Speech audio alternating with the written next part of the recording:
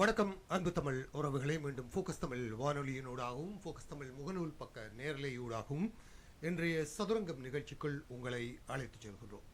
இன்றைய நிகழ்ச்சியில் நம்மோடு சிறப்பு விருந்தினராக புருஷோத்தமன் தங்கமயில் அவர்கள் நிகழ்ச்சியிலே கலந்து சிறப்பிக்கின்றார். அவருடனான சந்திப்பு அரங்கத்தில் உங்களோடு இணைந்து கொள்வது மகேந்திரன் சத்யபாலன்.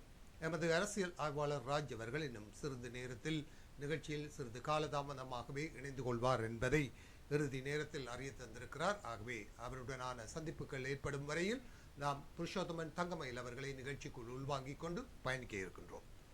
வணக்கம் திரு புருஷோத்தமன் தங்கமயில் அவர்களே. வணக்கம். வணக்கம் வணக்கம். நிகழ்ச்சியோடு இணைந்து கொண்டதுக்கு எமது மனமார்ந்த நன்றிகளை தெரிவித்துக் கொண்டு உங்களோடு பயணிக்கலாம் என்று நம்புகிறேன்.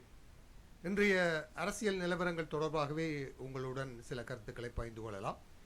இன்று ஜூலை மாதம் 21 மிக முக்கியமாக ஜூலை கலவரம் நடந்து 42 ஆண்டுகள் முடிந்துவிட்ட இந்த சூழ்நிலையில் உங்களை மீளவும் வானிலையில் இணைத்துக் கொள்கிறோம். இன்றைய நாளின் இந்த முக்கியத்துவம் தொடர்பாக உங்களுடைய பார்வையில் தற்போது என்ன சொல்ல விரும்புகிறீர்கள்? ஜூலை கலவரம், அதாவது இலங்கை அரசின் அல்லது இலங்கை பெரும்பான்மைவாதத்தின் திட்டமிட்ட நிகழ்ச்சி நிரம்பின் ஒரு கட்டமாகத்தான் நாங்கள் அதனை பார்க்க வேண்டியிருக்கிறோம். சுதந்திரத்துக்கு முன்னரான இலங்கையில் இனங்களுக்கு இடையிலான முறுகல்களின் ஒரு திட்டமிட்ட இன ஒடுக்குமுறை அல்லது அதனை தொடர்ந்து ஒரு இன அழிப்புக்கான திட்டமிடல்களோடு தென்னிலங்கையின் சில அடிப்படைவாத மதவாத சக்திகள் நடந்து கொண்டன என்பதற்கான நிகழ்வுகளின் போக்கில் கருப்பு ஜூலை ஒரு ஒரு ஒரு ஒரு ஆதாரமாக நாங்கள் கொள்ள முடியும். ஏனென்றால் தமிழ் மக்களுக்கு எதிராக தொடர்ச்சியாக திட்டமிட்ட வன்முறைகள் பிரயோகிக்கப்பட்டு அது ஒரு கட்டத்திலே கலவரங்களாக மாற்றப்பட்ட வரலாறுகள் எங்களுக்கு கருப்பு ஜூலை கலவரத்துக்கு முதலும் உண்டு, பின்னரும் உண்டு. இந்த கலவரங்களின் எல்லா போக்கிலும் தென்னிலங்கையின் ஆதிக்க சக்திகள், அதாவது ஆட்சி தரப்பு, ஆட்சியை தீர்மானிக்கிற மதத்தளங்கள், இன்னப்புற அதனோடு இணைந்து இயங்குகிற சக்திகள் இருந்திருக்கிறன. அவற்றை அவர்கள் ஒரு ஒரு ஒரு ஏற்பாடாகவே காலம் செய்து வந்திருக்கிறார்கள். அண்மையிலே நல்லாட்சி காலத்திலே நடந்த திகன கலவரம் வரை அதற்கு பின்னாலே ஒரு நிகழ்ச்சி நடந்திருக்கிறது. திகன கலவரம் முஸ்லிம்களுக்கு எதிராக நிகழ்த்தப்பட்டாலும் இங்கே ஒரு பெரும்பான்மைவாதம் எண்ணிக்கையில் சிறுபான்மையாக இருக்கிற தமிழ் பேசும் மக்களை தொடர்ச்சியாக ஒடுக்கி வருவதற்கான, இல்லாட்டி அவர்களை அவர்களுடைய தளங்களிலிருந்து அகற்றுவதற்கான ஒரு நிலைப்பாட்டை அவர்கள் திட்டமிட்டு அரங்கேற்றி வந்திருக்கிறார்கள். ஜூலை கலவரத்தின் ஊடாக அவர்கள் கொழும்பு, தென்னிலங்கையின் கொழும்போடு ஒட்டிய களுத்துறை, பாணந்துறை உள்ளிட்ட நகரங்கள், காலி, அதன் மாதிரி நீர்கொழும்பு உள்ளிட்ட பகுதிகளில் ஒரு வர்த்தக கையில் வைத்திருந்தவர்களையும் அதீதமான சொத்துக்கள் காணிகளோட இருந்தவர்களையும் அவர்கள் திட்டமிட்டு பழிவாங்குவதற்கான, இல்லாட்டி அவர்களை அகற்றுவதற்கான ஒரு நோக்கத்தோடு அவர்கள் அதனை செய்தார்கள். அதன் மூலம் தமிழ் மக்களுடைய பொருளாதாரத்தை சிதைக்க முடியும், அவர்களுடைய கல்வி புலமை சொத்தை அளிக்க முடியும் என்கிற ஒரு நோக்கத்தில் அதை அரங்கேறியதாகத்தான் நான் பார்க்கிறேன். கணிசமான மக்கள் கொல்லப்பட்டிருக்கிறார்கள், வன்முறையை தாங்கி நிற்கிறார்கள், காணாமலாக்கப்பட்டிருக்கிறார்கள். எல்லாமே அதன் போக்கில் தான் நடந்திருக்கின்றன. இன்றைக்கு தமிழ் மக்களுடைய கணிசமான சொத்துக்கள் காடியர்கள் என்கிற பெயர்களால் கொள்ளையிடப்பட்டு இன்றைக்கு சில முக்கிய தென்னிலங்கை வர்த்தகர்களிடம் இருக்கிறது அல்லது அரசியல்வாதிகளிடம் இருக்கிறது. அப்படியான நிகழ்வுகள் எல்லாம் இருக்கிறது. அப்ப அதனை ஒரு ஒரு ஒரு திட்டமிட்டு அரசாங்க அரசாங்கத்தினுடைய திட்டமிட்ட நிகழ்ச்சிகளாகத்தான் நாங்கள் அதை பார்க்க வேண்டும். அது அதன் போக்கில் இப்படியான கலவரங்கள் திட்டமிட்ட இனப்பரம்பலை சிதைக்கிற அல்லது இனத்தினுடைய புலமை சொத்தினை சிதைக்கிற, பொருளாதாரத்தை சிதைக்கிற நோக்கங்கள் இல்லாம திட்டமிட்டு ஒரு இன அழிப்பை செய்வதற்கான விடயங்கள். அதனை தென்னிலங்கை தொடர்ச்சியாக செய்து வந்திருக்கிறது. அதற்கு ஜூலை கலவரம் ஒரு ஒரு மிகுந்த ஒரு சான்றாதாரம். ஏனென்றால் அப்போது எந்தெந்த தளங்களில் இருந்த நபர்கள் தாக்கப்பட்டார்கள் என்பது தொடங்கி அதனுடைய இங்கிருந்து அதாவது மக்களை பலவந்தமாக யாழ்ப்பாணத்துக்கோ அல்லது இன்னொரு தளத்துக்கு கொழும்பிலிருந்து அல்லது இங்கிருந்து அவர்களுடைய செழுமையை கல்வி செழுமை, பொருளாதார செழுமையை ஒட்டுமொத்தமாக அட்டுவதற்கான முயற்சியாகத்தான் நான் அதை பார்க்கிறேன். அது ஒரு சமூகத்தினுடைய வீழ்ச்சிக்கான முக்கியமான விடயம். அது ஒரு சமூகத்தில் ஒரு செழுமையாக வாழுகிற கலாச்சாரம், கலாச்சார பண்பாட்டியல் ரீதியாகவும் தாயக ஒரு ஒரு தாயக பரப்போடும் ஒரு நிலப்பரப்போடும் அதனோடு ஒரு ஒரு தொடர்ச்சி இருக்கு. அவர்களுடைய பொருளாதாரத்தை இணைக்கிறது, அவற்றையெல்லாம் சிதைக்கிறது நோக்கத்தோடு முன்னெடுக்கப்படுகிற ஒரு விடயம் நிச்சயமாக இன அழிப்பினோடு கூறாக அதை நாங்கள் காண வேண்டியிருக்கு.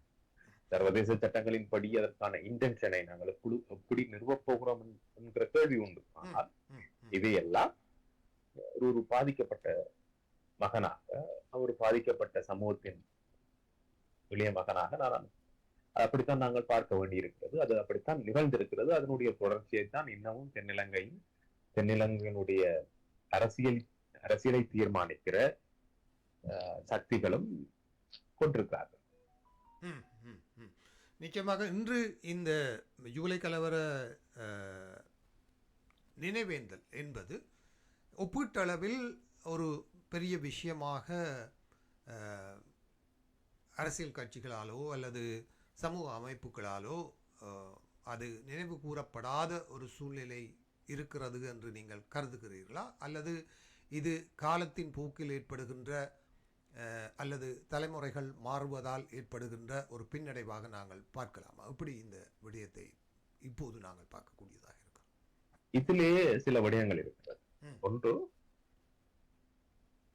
ஜூலை கலவரத்துக்கு பிறகு உங்களுடைய மக்கள் அதே போன்ற நிறைய வன்முறைகளை சந்தித்து விட்டார்கள். அதை விட மோசமான சந்தித்து விட்டார்கள். அதுவும் ஆயுத மோதல்களில் வந்து உச்சகட்டம் வந்து நாங்கள் முள்ளிவாய்க்கால் போன்ற ஒரு பேரவலத்தையும் கண்டுவிட்டோம். அப்ப இதுல இந்த இருகோடு தத்துவம் மாதிரி ஒன்று காலம், ஒரு 40 ஆண்டுகள் என்ற ஒரு நீண்ட காலம், தலைமுறை மாற்றங்கள் உண்டு. மற்றது அதனை பதிவு செய்ய வேண்டிய கடப்பாடு உள்ள இல்லாடி அதனுடைய என்ன சொல்றது ஆழத்தை பதிவு செய்ய வேண்டிய நீண்ட பாரம்பரியம் உள்ள அல்லது நீண்ட ஒரு அனுபவம் உள்ள நபர்கள் அவற்றை குறித்து பேசுவதை தவிர்த்து விட்டார்கள். தங்களுடைய தனதியான அனுபவங்களோடு மறந்தும் போய்விட்டார்கள். இதுக்கு பின்னால இருக்கிற ஒரு அது சார்ந்து உரையாடுகிற ஒரு பெரும்பளவான சமூகம் இப்பொழுது இல்லை. அடுத்து அது சார்ந்து உரையாடுவதற்கான இன்னொரு விடயம் இருக்கிறது. இந்த வன்முறைகளுக்கு பிறகு தங்களை ஒரு தமிழர்களாக அடையாளப்படுத்துவதிலிருந்து ஒரு சிறு தொகுதி மக்கள் விலகிவிட்டார். தங்களை ஒரு அது வழக்கமாக நாங்கள் நீர்கொழும்பு தென் பகுதிகளில் எப்படி பரதவ மக்கள், அதாவது தமிழ் மக்கள் எப்படி சிங்களவர்களாக போனார்களோ அது மாதிரி கொழும்பிலும் இன்னப்பிற பகுதிகளிலும் இருந்து ஒரு குறிப்பிட்டளவான மக்கள் தங்களை தமிழர்களாக அடையாளப்படுத்துவதில் இருந்து அவர்கள் தவிர்த்துக் கொண்டார்கள். ஒன்று, இவ்வாறான வன்முறைகள் சார்ந்து பாதிக்கப்படுகிற அனுபவம் என்பதில் சார்ந்து ஒரு உளவியல் சிக்கல் எப்போதுமே இருக்கு. அது அந்த உளவியல் சிக்கல் மேலாகாமல் இருப்பதற்காக இவற்றை கண்டும் காணாமல் ஒரு மனதளவில் ஒளித்து ஓடுகிற ஒரு விடயம் ஒன்று இருக்கு. அது ஒரு போராலோ வன்முறைகளாக தொடர்ச்சியாக பாதிக்கப்படுற சமூகங்கள் சந்திக்கிற நெருக்கடி. அதனை நாங்கள் எந்த காலத்திலும் அதற்கான ஒரு உளரீதியான சிகிச்சைகளையோ இல்லாட்டி அது சார்ந்த ஒரு ஆற்றுப்படுத்தலோ நாங்கள் செய்வதில்லை. இப்பொழுதும் நான் என்னுடைய சொந்த அனுபவத்தை எனக்கு இந்த செம்மணி சார்ந்த விடயங்கள் உரையாடுகிறது அல்லது அது அந்த அந்த மனித எச்சங்களுடைய படங்களை காணுகிற போது பதட்டம் பெற ஆரம்பிக்கிறது. என்னுடைய தனிப்பட்ட ஒவ்வொருத்தருக்கும் ஒரு பிரச்சனை. ஏன்னா நாங்கள் அந்த ஒரு 10-12 வயசுல இராணுவத்தை முதல் சந்திக்க இருந்த அனுபவம் எங்களை ஹீட் பண்ணது. அப்ப 30 வருஷத்துக்கு பிறகு இன்னமும் அது ஒரு மனசுக்குள்ள ஒரு சின்ன பிள்ளைகிட்ட ஆமியின் பிஹேவியர் ஒன்று இருக்குதானே. இப்ப நாங்கள் அதுல இருந்து தப்பி இருக்கிறோம், ஆமியை கடந்து வந்திருக்கிறோம்ன்றது இல்லாம ஆனால் அதை காணைக்குள்ளோ நாங்களும் இந்த இடத்துல இருந்திருக்க வேண்டிய நபர்களா என்று ஒரு அந்த விடயம் ஹிட் பண்ணக்குள்ள இவ்வளவு விடயங்களை நாங்கள் இந்த அரசியலை பேசுறோம், இந்த அரசியலை பாக்குறோம் எந்த பொழுதும் இது எங்களை தனிப்பட்ட ரீதியில இது ஒரு என்ன சொல்றது எங்களை பதட்டமடைய வைக்கிறதுனால் இதே மாதிரி ஒரு யுத்த வன்முறையோ இல்லை இதே மாதிரியான ஒரு நீங்கள் யுத்தம் என்றா ஒரு விஷயத்தை எதிர்பார்த்து கொண்டே இருப்பீங்க, நாங்கள் இதுக்குள்ள சாக போறோம்னு ஒரு மைண்ட் செட் இருக்கு. இது திடீரென்று திட்டமிட்டு தெரிஞ்சவனே வந்தவங்களை வெட்டி கொள்றது இருக்குதான். அது ஒரு தீர்க்கவே முடியாத டோம். பல வருஷமா பக்கத்துல இருந்து ஒண்டா இருந்து சரி நாங்கள் சித்திரவசத்துக்கும் தைப்பொங்கலுக்கும் சாப்பாடுகள் கொடுத்து வாங்கி சாப்பிட்டு ஒரு ஒரு சூழல் மற்றவன் பக்கத்து வீட்டுக்காரன் என்ன வெட்டுறதுன்றது இருக்கல. அது ஒரு மிகப்பெரிய டோமா நாங்கள் எதிரிய பேஸ் பண்றது. இப்படியான ஒரு டோமாவால் ஒரு ஒரு ஒரு ஒரு தரப்பு பேசாம இருக்குது. எனக்கு ஒரு ஒரு ஒரு ஒரு முன்னணி புலமையாளர் சொன்னார் கொழும்புல அந்த காலத்துல பல்கலைக்கழகத்துல கற்றுக்கொண்டிருந்தார். தன்னுடைய அனுபவம் சார்ந்து அவர் ஒரு முக்கியமான நபர் அவர் சொன்னார். அது சார்ந்து உரையாடுகிற பொழுது தனக்கு அந்த பதட்டம் இன்னமும் இருக்கு. 70-75 வயசுகளை தாண்டின ஒரு நபர் சொல்கிறார், இன்னும் நான் பேச விரும்புறது இல்ல. ஏன்னா நான் அந்த பல்கலைக்கழகத்துல படிச்சு கொண்டிருந்தான், எங்கெங்க எப்படி ஓடி நான் என்ன பம்பலப்பட்டி இந்த பள்ளிக்கூடத்துக்கு போய் சேர்ந்தேன்ன்றது எனக்கு தான் தெரியும், எதெல்லாம் பார்த்து கொண்டு ஓடின. அப்ப இது சார்ந்த அந்த மண்டப்பதட்டம் சார்ந்து சில பேர் பேசுறது இல்லை. அடுத்தது தலைமுறை நான் பிரவேக முதல் நடந்த சம்பவம் அது. அப்ப தலைமுறை சார்ந்த ஒரு விஷயம் எப்படி கடத்தப்படுது மற்றது அதுன்ற அனுபவம் அதை தாண்டி விஷயங்களை தமிழ் சமூகம் சந்திச்சிருக்குது என்றதான் போனோம். அந்த இருவோடு தத்துவம் மாதிரி இதை விட இதை பெருசு மற்ற இதுதான் கிட்டவா இருக்குது என்ற நிலப்பாடுகள் சார்ந்து இந்த இந்த ஒரு ஒரு அது ஒரு ஓரளவில் அது மறக்கப்பட்ட மாதிரியான ஒரு சூழல் இருக்கிறது என்றது உண்மைதான். ஆனால் அது இன்னமும் அந்த கருப்பு ஜூலை என்கிற அந்த பெயர் இன்னமும் இல்லாமல் போகவில்லை. இன்னும் ஒரு அடையாளமாக தமிழர்களை ஈழத்தமிழர்களை பொறுத்து தொடர்கிறது என்று சொல்லலாம். நீங்கள் செம்மணி என்ற விவகாரத்தை பேசியதால் அதை தொட்டுவிட்டு அடுத்த பகுதிகளுக்கு செல்லலாம் என்று நம்புகிறேன். தற்சமயம் நான் நினைக்கிறேன் இன்று தொடக்கம் மீளமும் செம்மணி புதைகுழிகள் மீள என்ன சொல்வது அகழ்வுக்கு உட்படுத்தப்பட்டு அந்த விடயம் தொடர இருப்பதாக செய்திகளை பார்க்கக்கூடியதாக இருந்தது. இந்த செம்மணி விவகாரத்திலே தமிழ் கட்சிகள் ஒரு மௌனத்தை சாதிப்பது போல ஒரு தோற்றப்பாடு எனக்குள் தெரிகிறது. இதை இப்போது அதிகம் பேச வேண்டாம், இதன் இன்னும் காலம் பொறுத்து இன்னும் சாட்சியங்கள் வரும்போது அவற்றை பற்றி பேசலாம், அல்லது என்ன நடவடிக்கை எடுப்பது என்பது தொடர்பான ஒரு தீர்மானமான முடிவுகளை எடுக்க முடியாமல் அவர்கள் தடுமாறுவது போலவும் தோன்றுகிறது. இதில் தமிழ் தேசியம் பேசுகிற ஒரு தரப்பினர் அண்மையிலே கொழும்பிலே ஒரு ஆர்ப்பாட்டத்தை அது ஏற்பாடு செய்திருந்தார்கள். இந்த விடயங்கள், அதாவது தமிழ் கட்சிகளுடைய தடுமாற்றம், அதே நேரம் தமிழ் தேசிய மக்கள் முன்னணி கொழும்பில் முன்னெடுத்த ஆர்ப்பாட்டம், இந்த நிலைமைகளில் தொடர்பாக என்ன கருத்து தெரிவிக்க விரும்புகிறீர்கள்? செம்மணி விவகாரத்தை பொறுத்தளவிலே நான் நினைக்கிறேன் வழக்கமாக ஏதாவது ஒரு விடயம் நடந்தால் அந்த விடயத்தினுடைய ஆழ அகலங்களை புரிந்து கொள்ளாமல் அதை ஒரு வகையான கட்சி அரசியல் நிகழ்ச்சி நிரலாக மாற்றுவதற்கு நிறைய தரப்புகள் முயன்றிருக்கிறது. ஆனால் இந்த விடயத்திலே அப்படியான முயற்சிகளை சில தரப்புகள் எடுக்க முயன்ற போது அதனை நான் நினைக்கிறேன் அந்த அணையா விளக்கு போராட்டத்தை நடத்தியதன் மூலம் மக்கள் குரல் அமைப்பு நினைக்கிறேன் அது ஓரளவுக்கு அவ்வாறான இந்த கட்சி சார்ந்து என்ன சொல்றது ஒரு கேட் கீப்பிங் செய்கிற வேலை நடக்கும் என்றதை உணர்ந்தோ இல்லாட்டி அந்த இல்லாவிட்டாலும் அந்த அணையா விளக்கு போராட்டத்தை ஒழுங்குபடுத்திய அமைப்பினர் அதை ஓரளவுக்கு கட்சி சாராமல் இது ஒரு தமிழ் மக்களுடைய பிரச்சனை என்றது மாதிரி ஒரு பருமட்டானாக அவர்கள் வடிவமைத்து விட்டார்கள். அதனால் அதனை மீறி கட்சி சார்ந்து அதை அணுகுகிற பொழுது அதை கட்சி சார்ந்தால் இதை ஓன் பண்ண வலிக்கிறோம். இந்த பிரச்சனையை நாங்க மட்டும் தான் பேசணும், நாங்களா என்ன எல்லாத்தையும் கதைப்போம் என்று அத கையாள வலிக்கிட்ட தரப்புகள் பின்வாங்க வேண்டி வந்துருக்கு. அடுத்தது இதுல எல்லா தரப்புக்கும் செம்மண விஷயத்தின் மேல அக்கறை இருக்குது என்றால் இருக்குதுதான். ஆனால் இதை எப்படி கையாடுறது என்ற சார்ந்து இந்த கட்சிகள்டையும் என்ன சொல்றது ஒரு குறிப்பாக அதை எப்படி கையாள்வது சட்ட ரீதியாகவா அல்லது மக்கள் போராட்டமாகவா கொண்டு செல்வது என்பது தொடர்பாக ஒரு குழப்ப நிலை இருக்கிறது. சிவில் சமூக அமைப்புகளிடையே ஒரு குழப்பம் இருக்கு. ஏனென்றா இது ஏற்கனவே நீதிமன்றத்துல இருக்கிற ஒரு விடயம். சாந்தி வழக்கம் நீதிமன்றத்துல இருந்தது. இப்பொழுது அகலப்படுகிற செம்மணி சார்ந்த விடயம் நீதிமன்றத்துல இருக்கிற விடயம்.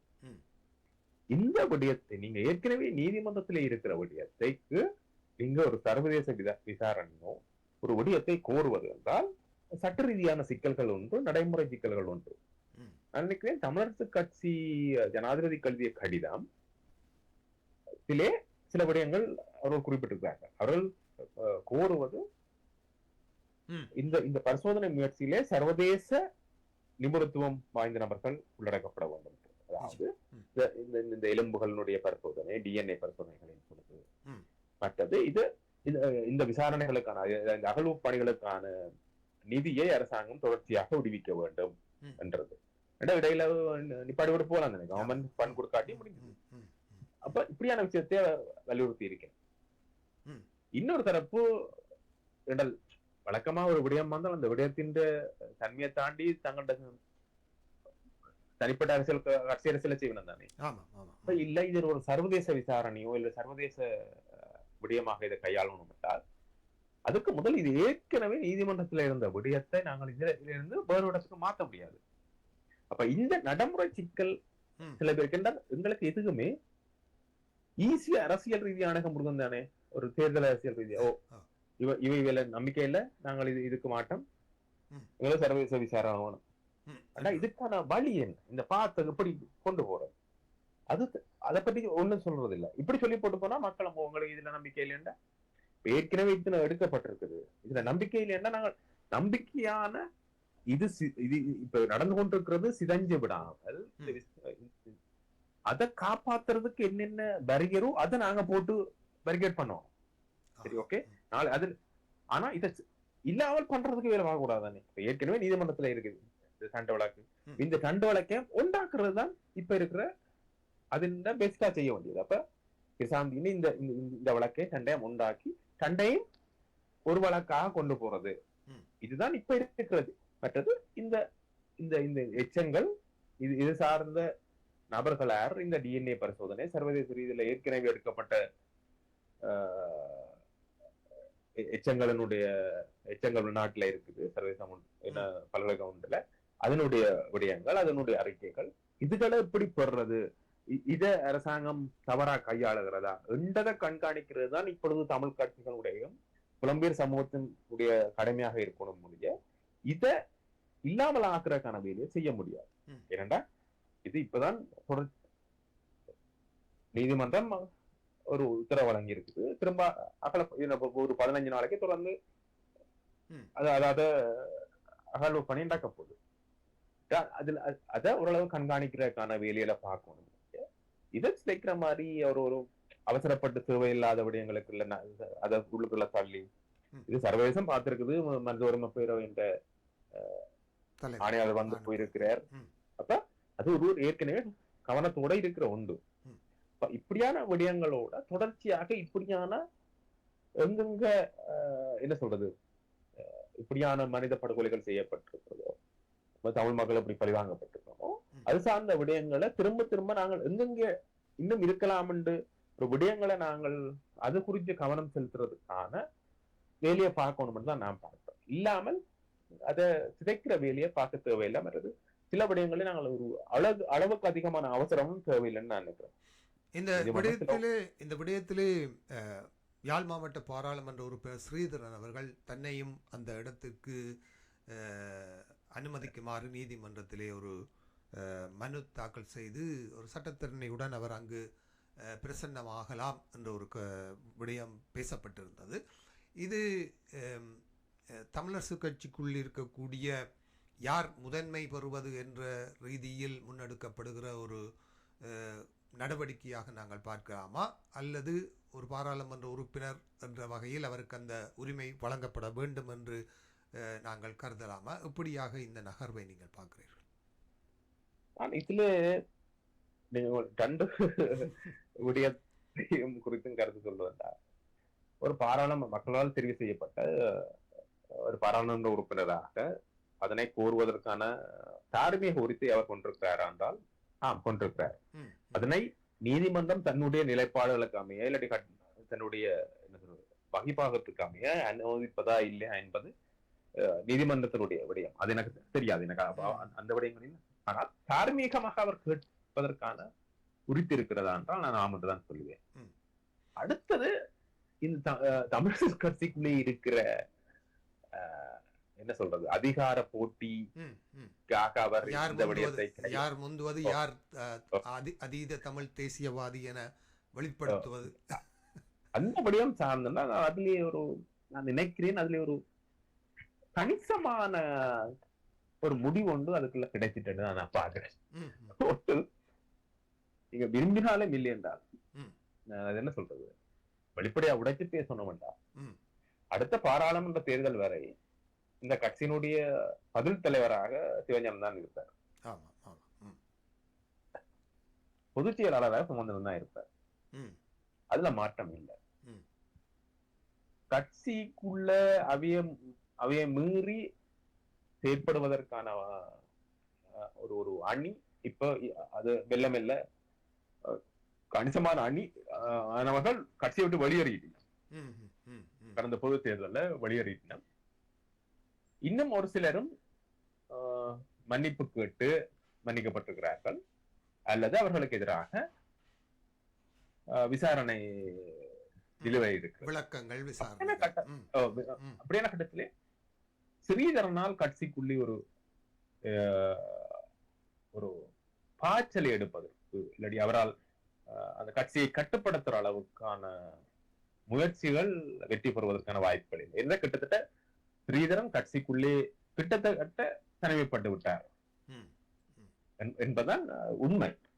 ஏன்னா இன்றைக்கு சில விடயங்கள், சில சட்ட ரீதியான முன்னெடுப்புகள் ஏற்கனவே முன்னெடுக்கப்பட்டன. சில இப்ப சிவமோகனுக்கு எதிராக இடைநிறுத்தத்துக்கு எதிராக சிவமோகன் நீதிமன்றத்தை நாடினார். நீதிமன்றம் அதனை நிராகரித்து விட்டது. மற்றது கட்சி ஒரு நிறுவனமாக தன்னுடைய நிலப்பாடுகள் எடுப்பதற்கான அதிகாரத்தை கொண்டிருக்கிற போது நீதிமன்றம் ஒருவருடைய என்ன சொல்றது உரிமை மீறப்பட்டால் மட்டும்தான் அதிலே தலையீடு செய்யும் என்கிற ஒரு விடயம் இருக்கு. மற்றபடி கட்சிக்கு என்ன முடிவெடுக்கணும்ன்றது கட்சியின் அதிகாரம் சார்ந்த விடயம் என்பது என்னது ஒரு நிறுவனம். அப்படியான விடயங்கள் இருக்குது. அதனால இது இந்த கட்சி இப்பொழுது கிட்டத்தட்ட சுமந்திரன் சிவஞானம் கைகளுக்குள் தான் இருக்கிறது. அவர்கள் விரும்பி யாரை கட்சி விட்டு அகற்றணும் என்று நினைச்சால் அகற்றுவார்கள். விசாரணைகள் மீள தூசு தட்டப்படும், விசாரணை அறிக்கை வரும், வெளியேற்றுவார்கள். இல்ல இருக்கணும் என்று நினைச்சா இருக்கலாம் என்றதான் இப்போதைய நிலை. இதுதான் வெளிப்படையா இருக்கு. இது எல்லாருக்குமே தெரிஞ்ச ஒரு விடயம். இது மற்றபடி என்ன ஸ்ரீதரன் அணியினர் சொல்லப்பட்ட நபர்கள் எல்லாரும் தமிழ் தேசிய பேரவை கஜேந்திரகுமார் பொன்னம்பலம் தமிழ் தேசிய பேரவைக்குள்ளே கலந்து விட்டார்கள். குறிப்பாக தவராசா, நாவலன், சரவணபவன், உள்ளிட்டவர்கள் ஏற்கனவே அங்கே போய்விட்டார்கள். மற்ற மற்றவர்கள் என்று பெரிதாக சொல்வது மாதிரி இல்லை. ஆதரவு தெரிவித்த நபர்களும் கட்சிக்குள்ளே அவர்கள் ஓரளவுக்கு சிவஞானம் சுமந்திரன் அணிக்குள்ளே அவர்கள் தவிர்க்க முடியாமல் இல்லாட்டில் வேண்டா வெறுப்பாகாது அவர்களுடைய நிலைப்பாடுகளை ஏற்றுக்கொள்ள தொடங்கிவிட்டார்கள். அதாவது அவர்கள்தான் கட்சியினுடைய பதிவு தலைவர், மற்றவர் பொதுச் செயலாளர் என்கிற நிலைப்பாடு ஏற்றுக்கொள்ள தொடங்கிவிட்டார்கள். அவர்கள் அது இப்படி ஒன்று இருக்குதானே, அவர் கட்சியினுடைய நிர்வாக அதிகாரத்தையும் அவர்கள் அதற்காக பாவிக்கிறார்கள். அதனால் அதுல தேர்தல் அரசியலுக்கான சில நகர்வுகளுக்கு ஸ்ரீதரனுடைய இப்ப இருப்பு, ஸ்ரீதரனுடைய வாக்கு வாங்கி வேறெங்காவது சென்று விடக்கூடாது என்பதற்காகத்தான் இன்னும் அந்த விடயம் இல்லை என்றால் அவர்கள் ஒரு ஸ்ரீதரன் ஒரு ஒப்பீடு எடுத்தால் ஸ்ரீதரன் கடந்த ஜனாதிபதி தேர்தலில் பொது வேட்பாளர் ஆதரவு செய்த சங்குக்கு ஆதரவு தெரிவித்தார். கிளிநொச்சி மாவட்டத்தை அவரால் ஒரு 18,000 வாக்குகள் நினைக்கிறேன் சேர்க்க முடிந்தது. தமிழரசு கட்சி ஆதரவளித்த சஜித் பிரேமதாஸ் 22,000 வாக்குகள் பிரியமை தாண்டி தமிழரசு கட்சி அங்க வெற்றி பெற்று. ஆனால் ஸ்ரீதரன் கட்சியை விட்டு ஸ்ரீதரனை வெளியேற்றினாலும் வெளியே போனாலும் ஒரு 18,000 வாக்குகளில் ஒரு ஒரு ஒரு ஒரு ஒரு அடிபடு என்ற ஒரு அச்சம் சிவஞானத்துக்கு உண்டு, சுமந்திரனுக்கு உண்டு. அது 18,000 இருக்க வேண்டியதில்லை, அது குறையலாம். ஆனால் அப்படி ஒரு வாக்களிப்பை கிளிநொச்சி போன்ற ஒரு மாவட்டத்துக்குள்ளே நிகழ்வதை அவர்கள் விரும்பவில்லை என்று நான் நினைக்கிறேன். என்றால் அது ஒரு கன்சம்னா ஒரு 10,000 வாக்கு போறதுன்னு ஒரு ஆளோட போனா கன்சம்னா அப்படியான ஒரு வாக்களிப்பை அவர்கள் விரும்புகிறார்கள். குறிப்பாக மாகாண சபை தேர்தல் ஒன்று எதிர்வரும் வருடம் இருக்கிற நிலையிலே அப்படியான ஒரு வாக்களிப்பை கிளிநொச்சி மாவட்டத்தில் சந்திக்க அவர்கள் விரும்ப மாட்டார்கள். ஏனென்றால் கிளிநொச்சி மாவட்டத்தில் ஸ்ரீதரன் இருந்தால் தமிழரசு கட்சி முதன்மை கட்சியாக வெற்றி பெறும். அப்ப மொத்தமாக அதிக ஆசனங்களை வெற்றி பெறுகிற கட்சி ஒரு 2 போனஸ் ஆசனங்களை வெல்லும். இந்த தேர்தல் ஆசன கால்குலேஷன் எல்லாம் இருக்குது. இதன் போக்கில் ஸ்ரீதரனை அவர்கள் வைத்துக் கொண்டிருக்கிறார்கள் என்றும் நாங்கள் பார்க்கலாம். இன்னொன்று, ஸ்ரீதரனை வெளியே அனுப்பி யாழ்ப்பாணத்துக்கு இன்னொரு தரப்பு பலம் பெறுவதை அவர்கள் விரும்பவில்லை. சரி, அப்ப இந்த 2 கணக்கும் தெளிவாக இருக்குது. அடுத்ததாக பார்த்தா ஒரு கட்சி என்று இருந்தா அதுக்குள்ள பிணக்குகள் இருக்கணும். அதாவது நாங்கள் ஜனநாயகத்தன்மையாக அணுகிறோம் என்று காட்டுறதுக்கும் ஸ்ரீதரன் தேவையாக இருக்கலாம். எப்பொழுதுமே ஒரு அரசியல்வாதியோ யாரோ தன்னை விட தன்னால கையாளக்கூடிய ஒரு எதிரிதான் இருக்கணும் என்று விரும்புகிறோம். அரசியல் நோக்கில நினைக்கிறேன் அதையும் செய்கிறார், அப்படியும் அணுகலாம் என்று நான் நினைக்கிறேன். இதுகளெல்லாம் என்னுடைய நான் ஒரு அரசியல் இதெல்லாம் இருக்குது. இந்த ஸ்ரீதரன் சுமந்திரன் என்ற தமிழரசு கட்சியின் மோதல் என்பது இந்த உள்ளூராட்சி சபை தேர்தலுக்கு பின்னர் கொஞ்சம் அடக்கி வாசிக்கப்படுகிறது போன்ற ஒரு தோற்றப்பாடு இப்போது ஒரு தோன்றுகிறது. இது தொடருமா அல்லது இந்த முயற்சியிலே பல பேர் அந்த சமாதான முயற்சிகளிலே ஈடுபட்டு கொண்டிருப்பதாகவும் சிவில் சமூக பிரதிநிதிகள், சமூக மட்ட தலைவர்கள் எல்லாம் இந்த உள்ளூராட்சி சபை தேர்தலிலே தமிழரசு கட்சி பெற்ற வெற்றிக்கு பின்னர் இவர்களை இணைத்துவிட வேண்டும் அல்லது இவர்கள் இடையான பிணக்குகளை தனியே செய்ய வேண்டும் முயற்சிகள் எடுக்கப்படுவதாக சொல்லப்படுகிறது. இந்த முயற்சி வெற்றி பெறும் என்று நீங்கள் கருதுகிறீர்கள்? இதுக்கு என்னால் ஒரு பதிலை சொல்ல முடியும். அல்ல ஒரு தனிப்பட்ட ஒரு யாரால் பேசப்படுவதை நான் பொதுவெளியில் பகிர்வது நல்லதில்லை. ஆனால் நான் உங்களுக்கு ஒரு சொல்லக்கூடியது, நான் நம்புகிறேன் ஸ்ரீதரன் வீட்டோடு இருப்பார், சுமந்திரனும் வீட்டோடு இருப்பார் என்றுதான் இந்த பதில். மாகாண சபை தேர்தலுடைய வெற்றி தோல்விகள், அதை யார் முதன்மைப்படுத்த போவது என்பதும், அடுத்த பாராளுமன்ற தேர்தலும் சில விடயங்களை தீர்மானிக்கும். ஆனால் அதுவரை இப்போது இருக்கிற என்ன சொல்றது, இந்த ஓரளவுக்கு தனிந்து அங்கொன்றும் இங்கொன்றுமாக தான் புகைகிறது. ஆமா. ஏனண்டா புகையிறக்கு இருந்த இடங்கள், புகையக்கூடிய இடங்கள் எல்லாம் ஏற்கனவே தண்ணி ஊத்தி அணைச்சாச்சு, இல்லாட்டி அதை அப்படியே தூக்கி வெளியில போட்டான். ம், ம். இந்த பிரச்சனையால அது அப்படியே இருக்கும். நானதான் இப்படியா நான் சொல்றோம், ஸ்ரீதரன் வீட்டோட இருப்பார் என்றுதான் நான் நம்புகிறேன். ஆமா. ம், ம். சுமந்திரனும் வீட்டோட இருப்பார். ம், ம். வெளியில போன சிலரும் வீட்டோடு மீண்டும் இணைவதற்குத்தான் விரும்புகிறார்கள், முயற்சிக்கிறார்கள். ஆ. இல்ல விஷயம் என்னென்றால், யாழ்ப்பாணத்துக்குள் தான் இந்த பிரச்சனை வரும். யாழ்ப்பாண தேர்தல் மாவட்டத்துக்கு ஆமா. மற்ற மாவட்டங்கள் எல்லா இடத்துலயுமே வீட்டோட இருக்கிறவே வீட்டோட தான் இருந்தாகணும். வெளியில போனவே எப்படியாவது வீட்டுக்குள்ள வந்துடணும் தான் நிலவரம் ம். என்றால் அது ஒரு கணிசமான கட்சி வென்றிருக்கிறது. ம். நாளைக்கு ஒரு மாகாண சபை தேர்தல் வரப்போதுண்டா, கிழக்கிலையும் சரி வடக்கிலையும் சரி அந்த கட்சி தான் பிரதானமான கட்சியாக தமிழ் மக்களால் இருக்க போகுது. அப்ப அதோட இருக்கிறதா எல்லாருக்கும் பலன் அடிக்கும் என்பது அரசியல்வாதியாக அவர்களுடைய தங்களுடைய பதவி நிலைகளை அவர்கள் கருத்துல கொண்டு தானே செயற்படுவார்கள். தேர்தல் அரசியல் புரி இருக்கிற நபர்கள். அதே போல நீங்க சொன்ன ஒரு விடயம் தான் இது. இந்த கட்சி ஓரளவுக்கு சீர்படுத்திடணும், தேவையில்லாத சின்ன சின்ன விடயங்களை பெருசுபடுத்தாமல் உங்களோட நிலப்பாடுகளை நீங்கள் கட்சிக்குள்ளே இருந்து கொண்டு கட்சியை விழாமல் நீங்க செய்யுங்க என்றதுதான் ஒரு ஓரளவான உரையாடல் நடந்திருக்கிறது.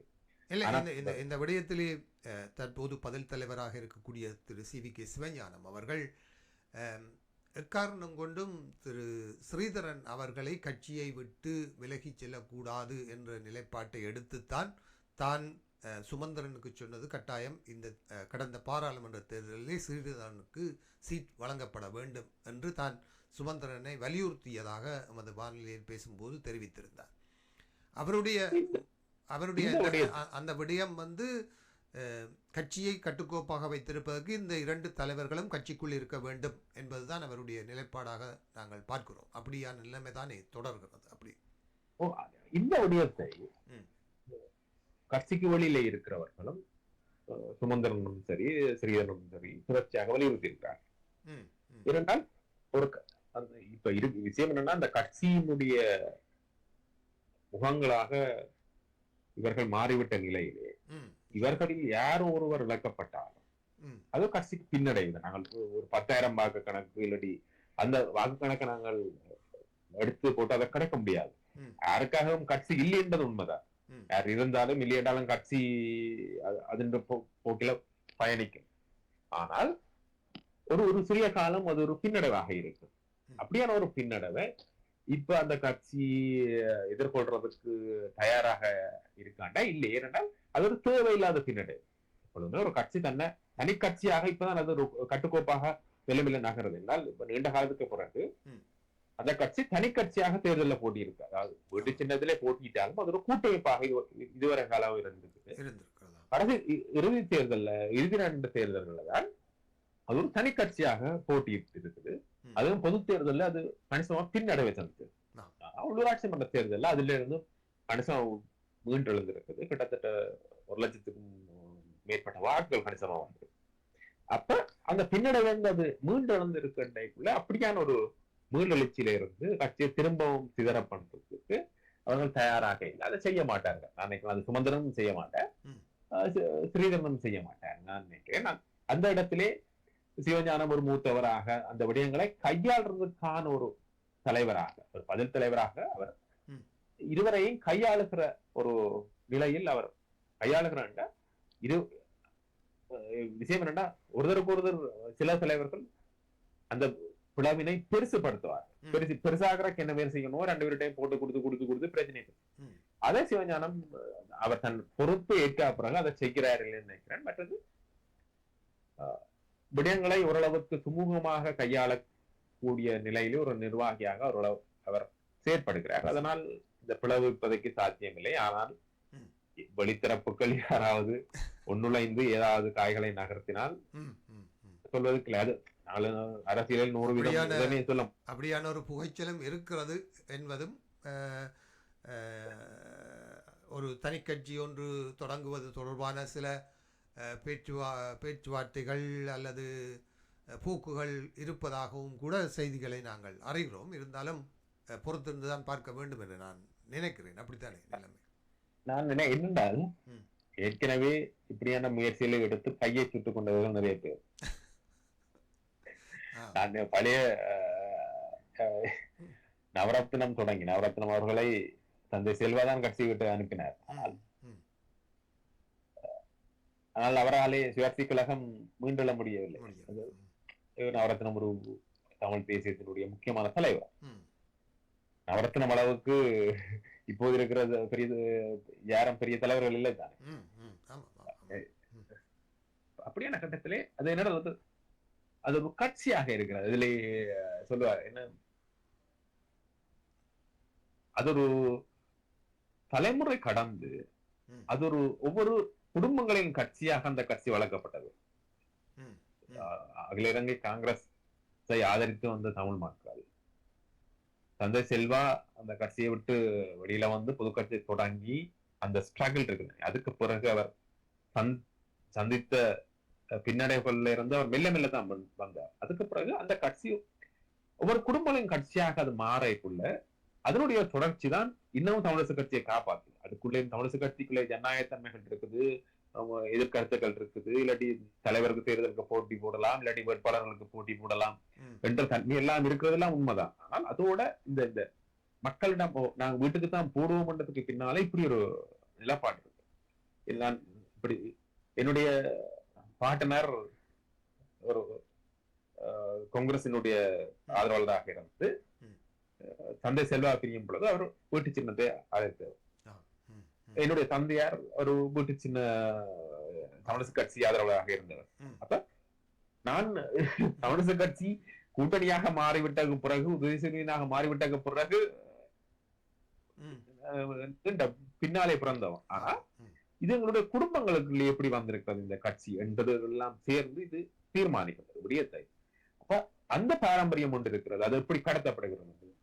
ஒரு உரையாடல்ல இவரின் இந்த கடந்த கால தேர்தல்கள் எப்படி நாங்கள் அந்த கட்சியை வளர்த்தோம், எங்களுக்கு எதிராக என்னெல்லாம் எறியப்பட்டது, இந்த வரலாறுகளை அவர் சொல்ல பொழுது ஒரு கட்சியாக ஒரு பாரம்பரிய கட்சியாக எல்லா இடமும் பறந்திருக்கிறது வடகிழக்கிலே. அதுதான் அந்த கட்சியினுடைய என்ன சொல்றது ஒரு இருப்பு. நீங்கள் அந்த கட்சிக்குள்ளே குழப்பத்தை எங்கு ஏற்படுத்தலாம் என்றால் யாழ்ப்பாணத்துக்குள் அல்லது அந்த யாழ் தேர்தல் மாவட்டத்துக்குள் தான் அதுக்குள்ள பிளவுகள் பெரிய அளவில் ஏற்படுத்தலாம். வடகிழக்கின் மிகுதி பகுதிகள் எல்லா இடத்துலையும் தாய் கட்சி தமிழரசு கட்சி தான். அதுக்குள்ள சண்டை பிடிச்சாலும் மில்லியன்டாலும் உங்களுக்கு வீடுதான் சின்னம், வீட்டை நோக்கி தான் மக்கள் திரள்வார்கள் என்கிற நிலையிலே அந்த கட்சியை பாரதூரமாக உடைக்க முடியாது. புது கட்சி ஆரம்பித்தாலும் நீங்கள் யாழ்ப்பாணத்துக்குள்ளே, நான் நினைக்கிறேன் இப்ப போற போக்குல யாழ்ப்பாணத்துல இன்னொரு பாராளுமன்ற ஆசனம் குறைந்தாலும் குறையும். அவ்வளவு மக்கள் வெளியிலே போயிருக்கிறாங்க. அப்ப நீங்கள் அதுக்குள்ளேதான் இப்ப 6 இருக்கிறது. 5 எம்பிக்காக நீங்கள் 48 கட்சி 48 தலைவர்கள் போட்டிடுவார் வேண்டியவர். சரி, அடுத்த கட்டத்துக்கு உங்களை அழைத்து செல்லலாம் என்று நம்புகிறேன். குறிப்பாக தமிழ் தேசிய மக்கள் முன்னணியின் தலைவர் கஜேந்திரகுமார் பொன்னம்பலம் அவர்கள் தங்களது இந்த தமிழ் மக்கள் பேரவையா அந்த அமைப்புக்குள்ளே தமிழரசு கட்சியும் வந்து சேர்ந்து கொள்ள வேண்டும் என்ற ஒரு பகிரங்க அழைப்பை விடுத்திருக்கிறார். இதை நீங்கள் எப்படி பார்க்கிறீர்கள்? அது அவருடைய அரசியல் என்று சொல்வது அது ஒரு வழக்கமாக சொல்லப்படுகிற ஒரு விடயம். அதனை நான் நினைக்கிறேன் ஒரு புது விடயத்துக்காக ஒரு ஓரணியிலே திரள்றது என்றது வேற. ஆனால் ஒரு அதுக்கு பின்னால் ஒரு நிகழ்ச்சிகளுக்கு பின்னாலே வாக்கு அரசியல் இருப்பதாக கணித்து விட்டால் அவர்கள் அதிலே இணங்க மாட்டார்கள் நான் நினைக்கிறேன். அது அதிலே இது எப்ப நடக்குது என்றால் உள்ளூராட்சி மன்ற தேர்தல் காலத்திலே ஒரு தமிழ் கட்சிகளை நாங்கள் விமர்சிப்பதில்லை என்ற ஒரு என்ன சொல்றது ஒரு செய்யப்படாத ஒப்பந்தத்தோட தமிழ் கட்சிகள் அரங்குல பிரச்சாரங்களும் முன்னது. தமிழரசு கட்சி அப்படியே இருந்தது. சங்க கூட்டணியும் யாரையும் விமர்சிக்கல, பெரிய கணிசமா விமர்சிக்கல தமிழ் கட்சிகளுக்கு. ஆனால் அகில இலங்கை தமிழ் காங்கிரஸ் தான் தமிழரசு கட்சியை நோக்கி கணிசமாக விமர்சிச்சிருக்கு. இந்த தேர்தலை தமிழரசு கட்சி தோற்கடிக்கிறதுக்கான ஒரு சந்தர்ப்பமா பயன்படுத்தணும் கஜேந்திரகுமார் சொன்னார். இன்னொரு வலுத்துறை ஒரு மீட்டிங்ல தமிழரசு கட்சியில போட்டிக்கிறார்கள் எல்லாரும் குரங்கள் வந்து அந்த கட்சியினுடைய பேச்சாளர் சுகாஸ் சொன்னார். ஆக இப்படியான நிறைய விடயங்கள் நிறைய நடந்தது. அப்ப நான் நினைக்கிறேன் ஒரு தேர்தல் பிரச்சாரம் முடிகிறதுக்கு 2 நாட்களுக்கு முன்னால் நினைக்கிற இறுதி கூட்டங்கள் நடக்கிறது மட்டும்தான் இந்த விடயங்களுக்கு சுமந்திரன் பதில் சொன்னார்ன்னு நினைக்கிறேன். நாங்களே ஒரு 15. ஆனா தேர்தல் முடிந்த பிறகு தமிழரசு கட்சி கணிசமாக வென்றிருக்குது. அப்ப தமிழரசு கட்சியும் சொல்லிச்சுது, கஜேந்திரமான்னு சொல்லிச்சுன்னா யார் யார் எந்த சபையிலே பெரும்பான்மையாக வெற்றி பெற்றிருக்கிறோமோ அதிக ஆசனங்கள் பெற்றிருக்கோம் அவை ஆட்சி அமைக்கிறேன் மற்ற தமிழ் தேசிய கட்சிகள் ஆதரவளிக்கணும். இது இது அந்த கட்சிகள் நிலப்பாடு இல்லை, என்னுடைய நிலப்பாடு, தமிழ்நாட்டுடைய நிலப்பாடு அதுதான். சரி, ஜனநாயக ரீதியாகவும் அது அப்படி இருக்கும். ஆனால் அதை அந்த விடயத்தான் ஒரு ஒரு ஒரு விடயமாக தமிழரசு கட்சி எல்லா கட்சியோடையும் பேசியிருக்கு, காங்கிரசும் எல்லா கட்சியோடையும் பேசியிருக்கு. ஆனால் அதன் அந்த விடயத்தை அது இல்லாமல் பண்ணின ஒரு தருணம் இருக்குதான். அந்த அந்த ஒரு ஜென்டில்மேன் தன்மையில இருந்து கவுண்ட் ஓகே நாங்கள் ஒரு கூட்டணி அமைச்சிட்டோம், ஆக நாங்கள் எல்லா இடத்துலயும் போட்டி போடுவோம், இல்லாட்டி ரகசிய வாக்கெடுப்படுத்தி தமிழரசு கட்சிக்காரரையே நாங்கள் இழுத்து பிடிச்சு எங்களுக்கு வாக்களிக்க வைப்போம், தமிழரசு கட்சிக்கு இருக்கிற குழப்பம் என்று நீங்க நம்புறதை பயன்படுத்தி நீங்கள் வெல்லலாம் என்று நினைக்கக்குள்ள ஒரு பிரதான கட்சி வடகிழக்குள்ள இருக்க ஒரு தலைமை கட்சி, அது அந்த தலைமை கட்சியா ஒரு என்ன சொல்றது கனதியாக சீண்டல். அப்படியான ஒரு சீண்டல் வேலையெல்லாம் செய்து முடிச்சுட்டு நீங்க ஒரு விடயத்தை கையாள போறீங்கள், அதுக்கு தமிழரசு கட்சி அழைக்கிறோம் விரையில்லை என்றால் அதை நீங்கள் அப்படி எடுக்க. அதுக்கு முதல் நாள் ஒரு ஊடக சந்திப்பை நடத்தி தமிழரசு கட்சியினுடைய கடிதத்தை ஒட்டுமொத்தமாக விமர்சிச்சுட்டு அடுத்த கூட்டத்துல அந்த கடிதமும் சார்ந்து நீங்க உரையாடல் நடத்த போறீங்க என்றால் எப்படி அந்த கட்சி உறுப்பினர்கள் உங்கள்கிட்ட வருவீங்க? அப்ப நீங்க ஒரு சில விடயங்களை நீங்க செய்ய போறீங்க என்றால் அதுக்கு நீங்கள் அந்த களத்தை நீங்களும் தான் உருவாக்கினால்தான் தவிர்க்க முடியாதாவது அதை எழுத்து கொண்டு வந்து களத்துக்கு விடலாம். நீங்களே ஏற்கனவே அந்த எல்லாத்தையும் அடைச்சு போட்டு முதல் நாள் மீட்டிங்கை போட்டு தமிழரசு கட்சியை இந்த கடிதம் போல இது என்ன உள்நாட்டு பொறுமுறைக்கு இழுத்து விடுறது அது விமர்சிச்சுட்டு அடுத்த நாள் மீட்டிங் வாங்க தமிழரசு கட்சி போவாது. ஏதாவது பிரதான கட்சி அந்த கூட்டத்துக்கு நீங்க யார் யாரை அழைச்சிருக்கீங்கன்ற ஒரு விடயம் வரும். அதுல பங்களிப்பாளர்கள் யார்? சரி, உங்களை பங்களிப்பாளர்கள் கடந்த காலத்துல நீங்கள் உங்களோட இருந்த சிறப்பினர், நீங்கள் இப்போ கூட்டணியாக இருக்கிற சிறப்பினர் பிரதான நபர்கள். அப்ப அந்த கட்சி வடகிழக்கில் இருந்து ஒழுங்காக என்ன பிரமுகர்கள் உள்வாங்கப்பட இல்லை, கட்சி முக்கியத்தர் உள்வாங்கப்பட இல்லை. பெரும்பான்மையாக யாழ்ப்பாண தலைவர்களும் யாழ்ப்பாண புலமையாளர்களும் சிவில் அமைப்பினரும் பத்தியாளர்களும் தான் இருக்கணும் என்றால் அந்த கூட்டத்துக்குள்ள தமிழரசு கட்சி போறது அவசியம் இல்லைன்னு அந்த கட்சி கருத்துறதுக்கு வாய்ப்பு இருக்குது. நான் அதை இதுகளெல்லாம் ஒரு தேர்தல் அரசியலை பிரதானப்படுத்தி கொண்டிருக்கிற எல்லா கட்சிகளும் இந்த விடயங்களை தேர்தல் அரசியலோட அணுகைக்குள்ள அதன் போக்குதான் தமிழரசு கட்சியின் அணுகிருக்கிறது தான் நினைக்கிறேன்.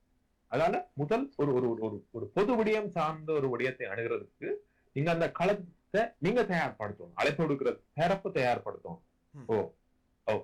இந்த நேரம் இந்த விடயத்தை விட்டுட்டு முக்கியமான என்ன விடயமோ அதுக்காக உரையாடுறதுக்காக அப்ப அந்த களத்தை நீங்க தயார் ஒரு சாஃப்ட் ஆக்கணும். இல்ல தவிர்க்க முடியாமல் அதுதான் செய்ய வேண்டி இருக்கு. நெஞ்ச ஈகோ இருக்குது, நீங்க தனிப்பட்ட சிக்கல்கள் இருக்குது, எல்லாத்தையும் தாண்டி நீங்கள் இதை செய்யணும்ட்டா அடுத்து நீங்க எல்லாத்தையும் அவசரமா ஒரு விடயமா ஆக்குறது. நேற்றைய சந்திப்புக்கும் பிறகு தமிழரசு கட்சி அந்த மீட்டிங்ல வரையில்லை.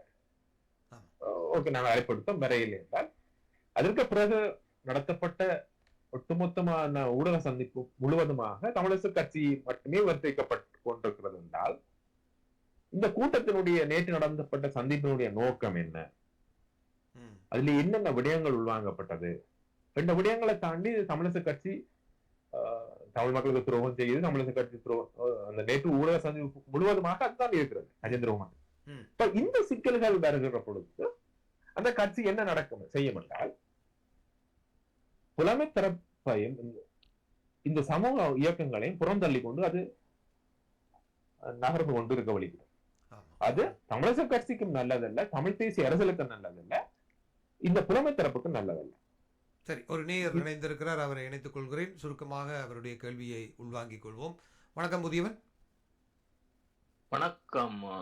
சுருக்கமாக, நேரம் கடந்து கொண்டிருப்பதால் விரைவாகவும் சுருக்கமாகவும் உங்கள் கேள்வியை கேளுங்கள்.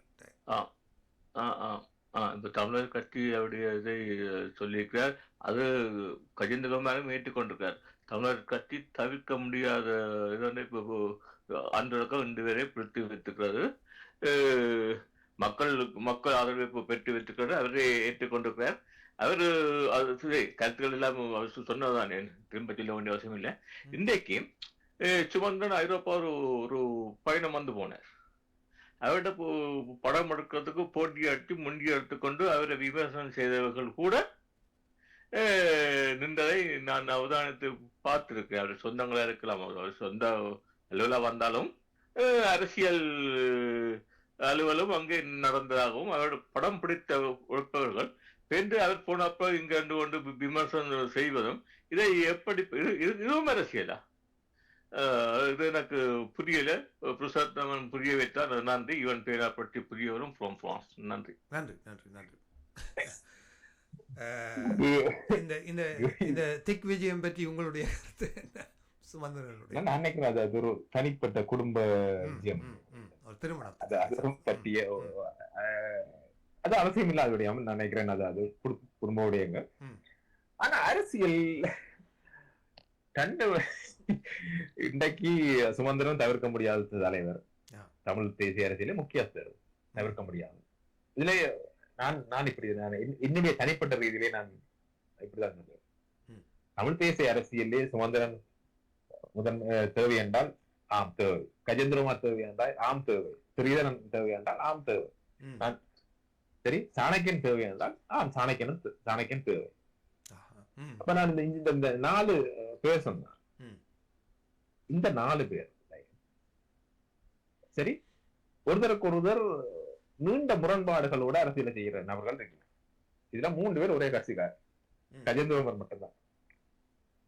தனிப்பட்ட ரீதியிலே நாங்கள் இவர்களை விமர்சிக்கிறப்போ, அவர்களுடைய வாழ்க்கையை அணுகிறப்போ இந்த அரசியல் ரீதியா சரிபட நான் எடுக்கிற நான் சிந்திக்கிற மாதிரி இன்னொரு தலைவர் ஒரு முக்கியத்தில் சிந்திக்கிறாரா, அதோட நாங்கள் அத்தபடியங்களை பொறுத்து பார்க்கறது ஒழிய மற்றபடி இவ தோற்கோணம் உண்டோ இல்லாடி இந்த நம்மள அரசியல் அரங்கிலேயே தோற்கடிக்கோணம் உண்டோ நான் அதை யோசிக்கிறது. இது இந்த தனிப்பட்ட நிலப்பாடு.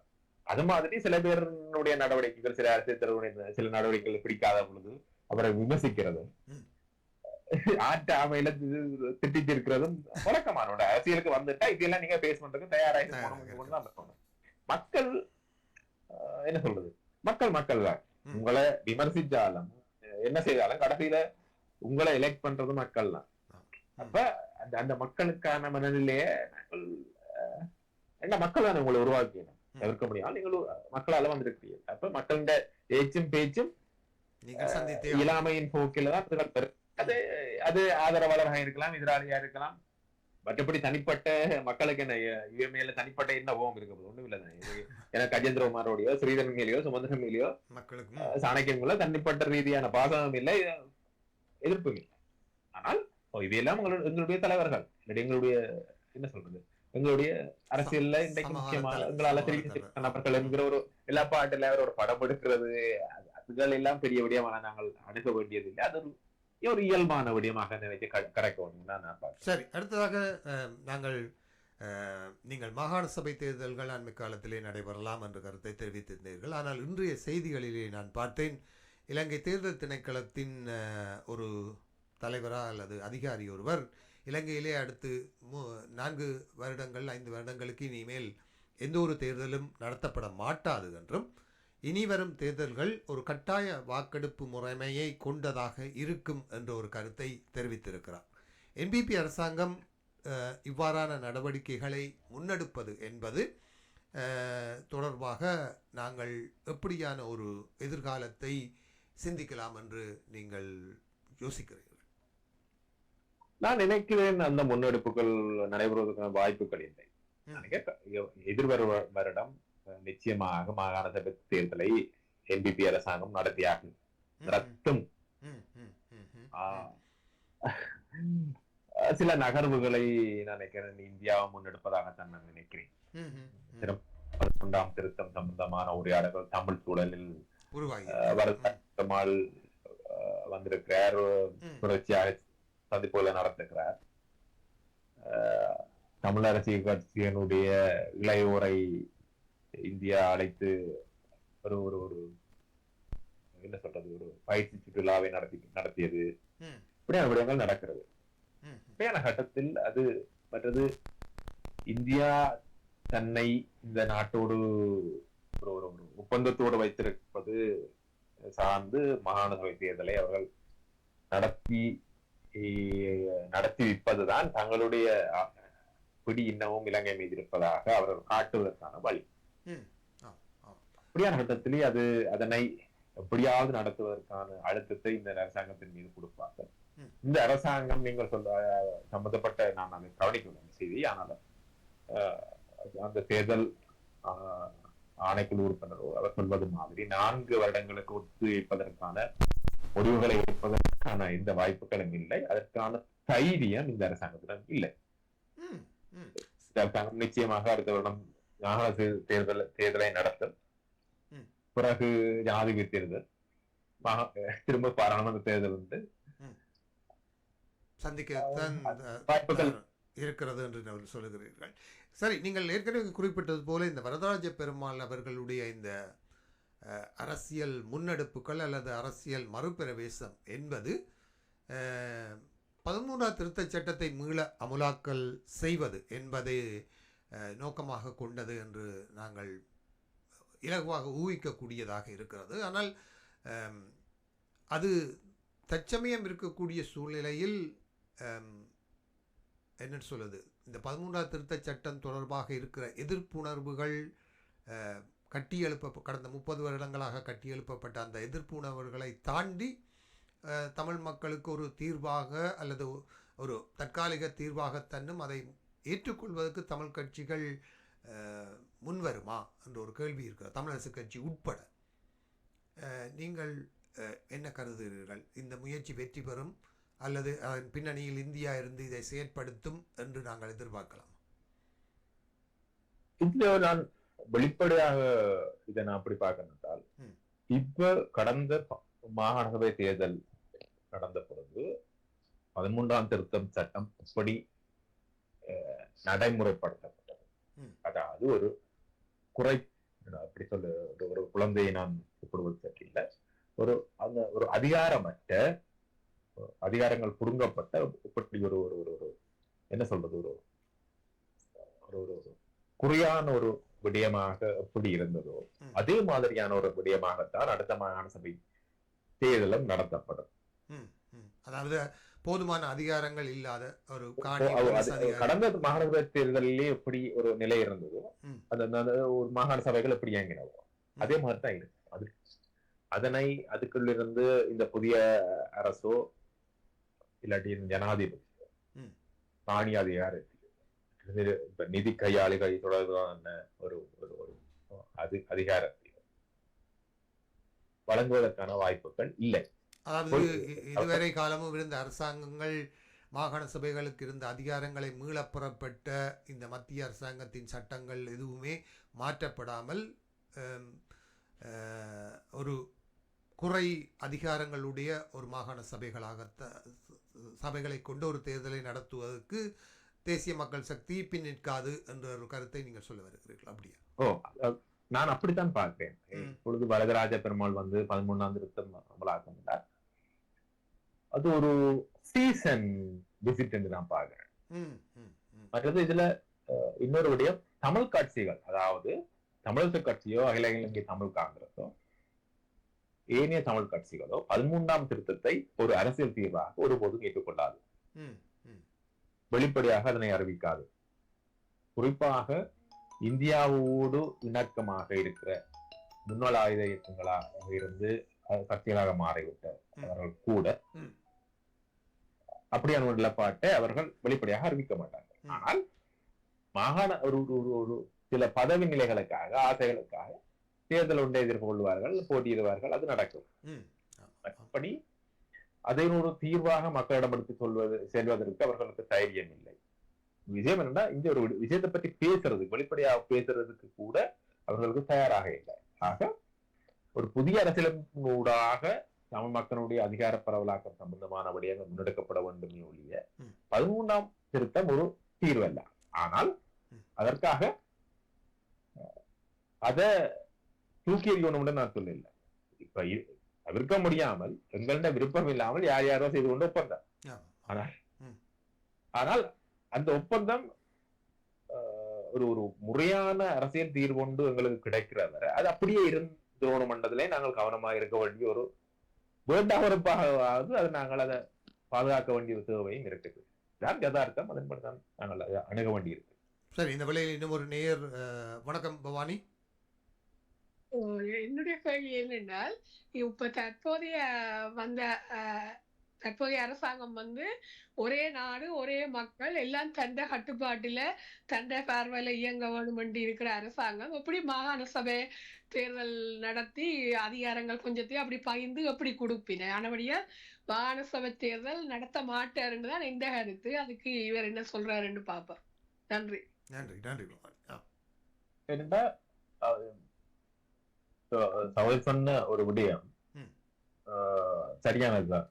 ஒரே நாடு ஒரே தேசம். அதுவும் இலங்கை அரசியல் வரலாற்றிலேயே வடக்கு கிழக்கு பூராக ஒரு பெரும்பான்மை கட்சி வந்து வெட்டி விட்ட வரலாறு இல்லை. இப்படி இந்த கணிசமான முதல் முறையா ஒரு கட்சி பெற்று இருக்குது. அப்படியான தருணத்துல அந்த கட்சிக்கு ஒரு ஒரு இருமாப்பு வாரது இயல்பு. அவர்கள் அதை கணிசமாக வெளிப்படுத்தினார்கள் பொது தேர்தலுக்கு பிறகு. அந்த வெளிப்படுத்தல் தான் இந்த தமிழ் தரப்புக்கும் தேசிய மக்கள் சக்தி அரசாங்கத்துக்கும் இடையிலான ஒரு ஒரு ஓரளவான நட்புறவையும் குலைச்சது.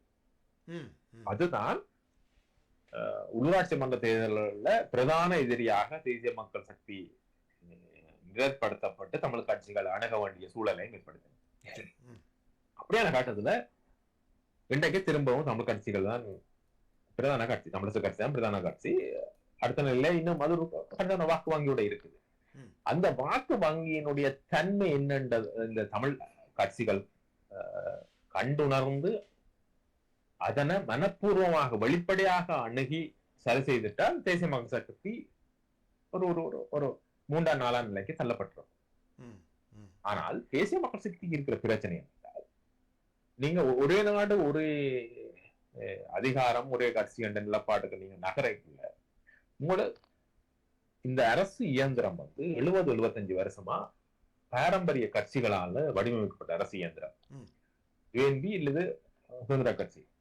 அதுக்கு பிறகு வேற பேர் எடுத்தாலும் அந்த பேஸ் அதுதான். யுஎன்பியில இருந்து பிறந்த சுதந்திர கட்சி 2 பேரும் தான். அப்ப இந்த 2 தரப்பாலையும் தான் இந்த அரசு இயந்திரம் நிரம்பியிருக்கு.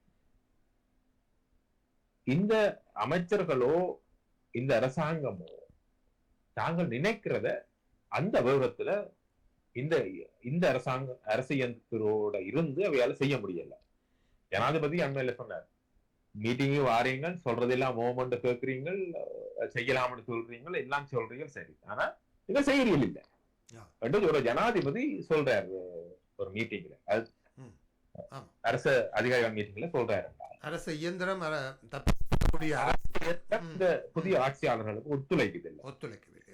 இன்னொன்று, தென்னிலங்கையில பாரம்பரிய கட்சிகளுக்கு இந்த அரசு இயந்திரத்தை எப்படி சிதைக்கலாம், எப்படி அதாவது அந்த அரசாங்கத்தை எப்படி செயற்படாமல் தடுக்கலாம் என்ற எல்லா நிலையும் தெரியும்.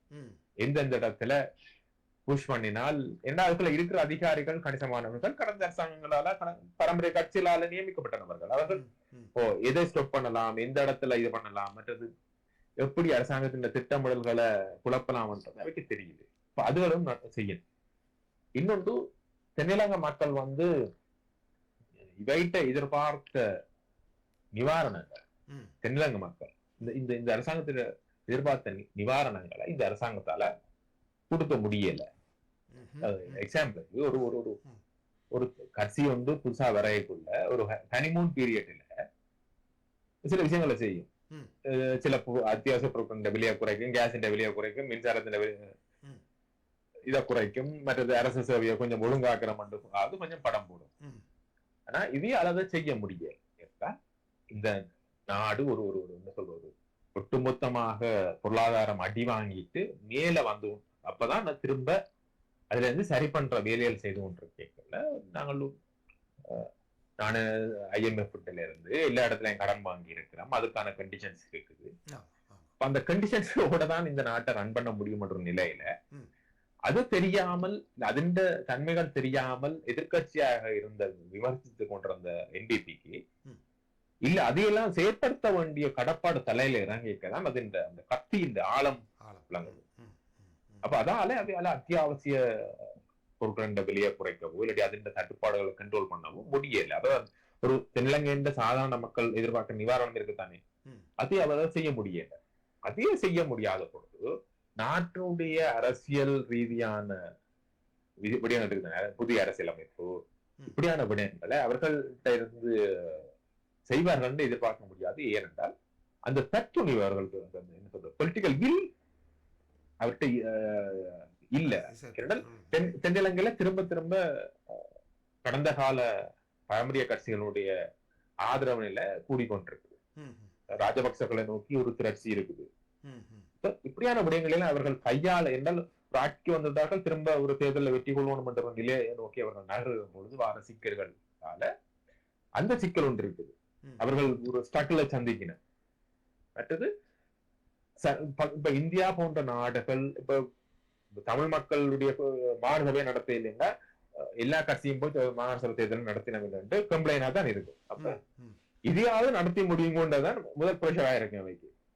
இந்தியாவிட்டையோ இல்லாட்டி அமெரிக்காவிட்டையோ யார்கிட்டயோ யூஎன்கிட்டயோ இங்க முதல் மாநிலசபையாவது நடத்தி முடியுங்க என்ற ஒரு கட்டத்திலே அவர் அந்த நெருக்கடியை சந்திக்கணும்.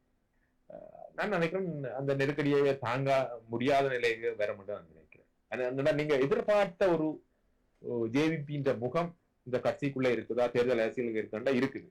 ஆனால் NDPன்ற முகம் இந்த அரசாங்கத்துக்குள்ள இருக்குதா என்றால் அதுவும் இருக்குது. ஆனால் இது ரெண்டும் குழம்பி ஒரு என்ன சொல்றது, தன்னால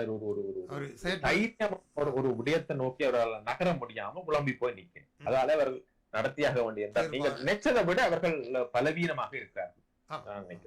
நிச்சயமா அதை நாங்கள் ஏற்றுக்கொள்ளத்தான் வேண்டும்.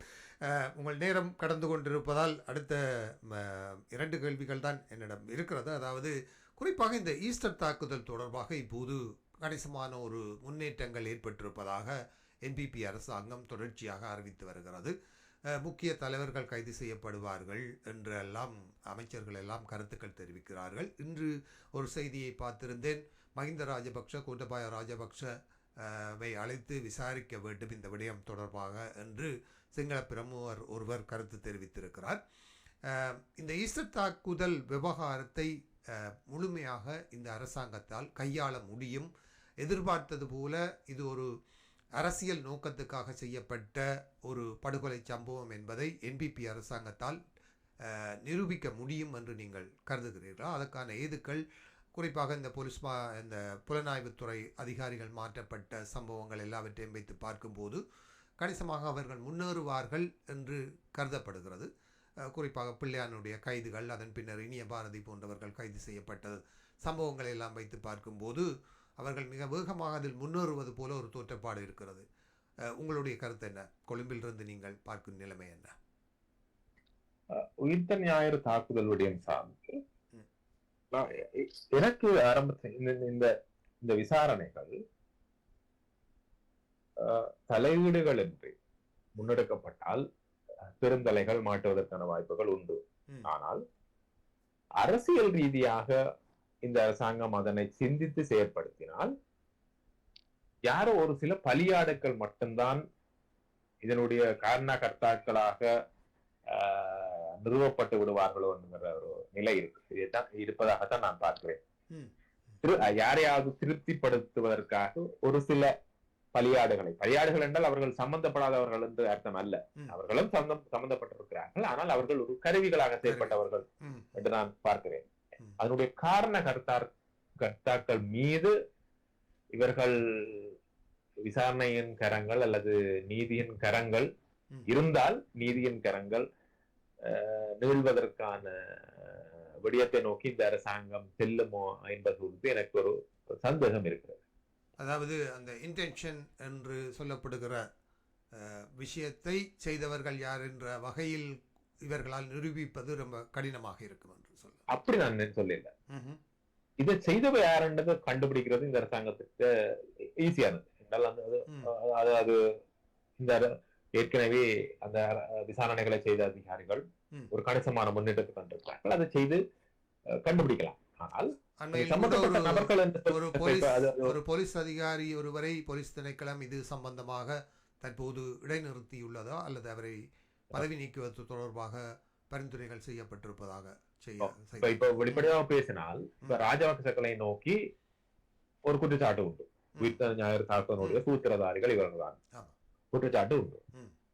அப்படியான கட்டத்தில் இந்த விசாரணைகளின் போக்கு அவர்களை நோக்கி செல்வதற்கான ஏதுகளை கன்னடங்களில் காட்டுகிறது. ஆனால் அவர்களை நீதியின் முன் நிறுத்தி உண்மையான நீதியை பெறுவதற்கான இல்லாட்டி அவர்களை விசாரித்து அவர்களை சரியான முறையில் விசாரிப்பார்களா என்பது சார்ந்து இங்கே சந்தேகம் உண்டு.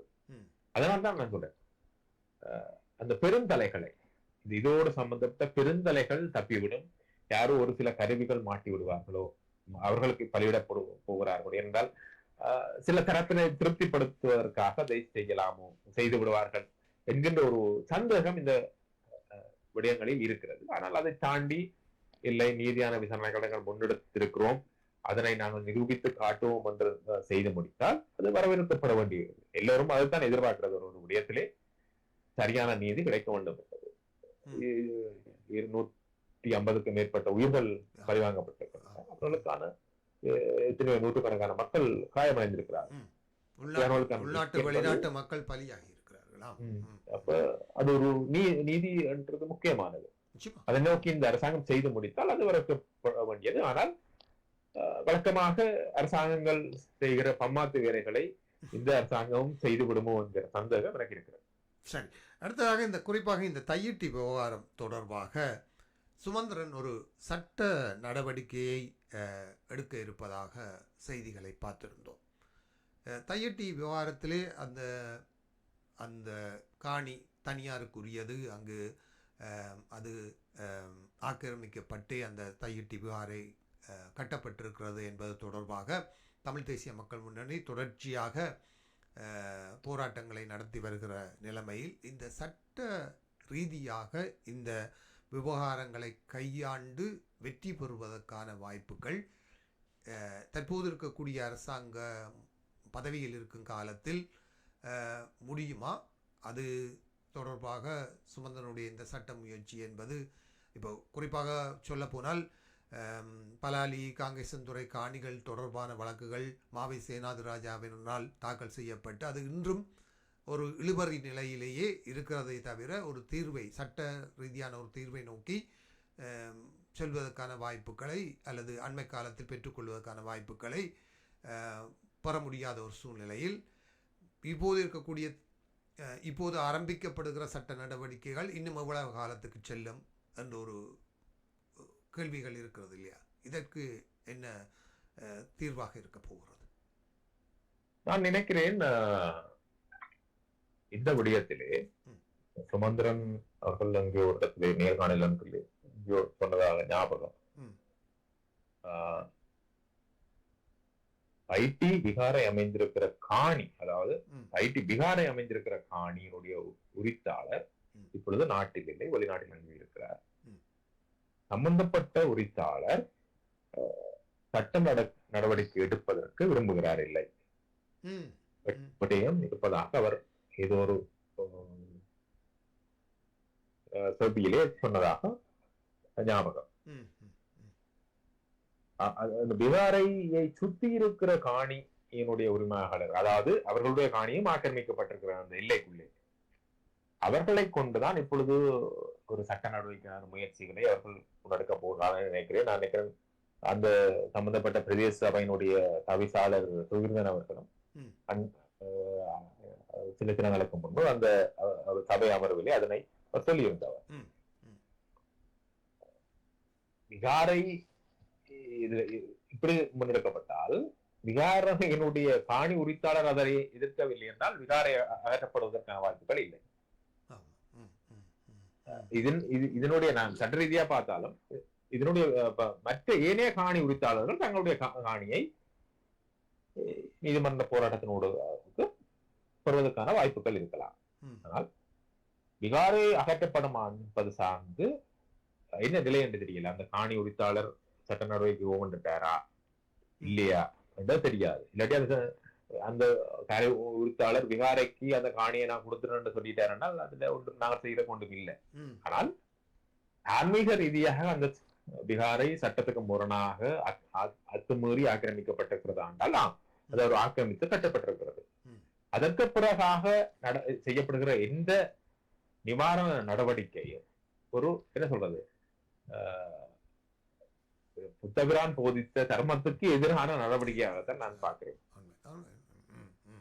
அது குறிப்பாக இந்த ஆக்கிரமிப்பு விடயங்கள் தொடர்பாக பல விஷயங்கள் வடக்கு கிழக்கு பூராவுமே பல நடவடிக்கைகள் நடந்து கொண்டிருக்கிறது என்பது உண்மைதான். பொறுத்திருந்து பார்ப்போம் அந்த நடவடிக்கைகள் தொடர்பாக.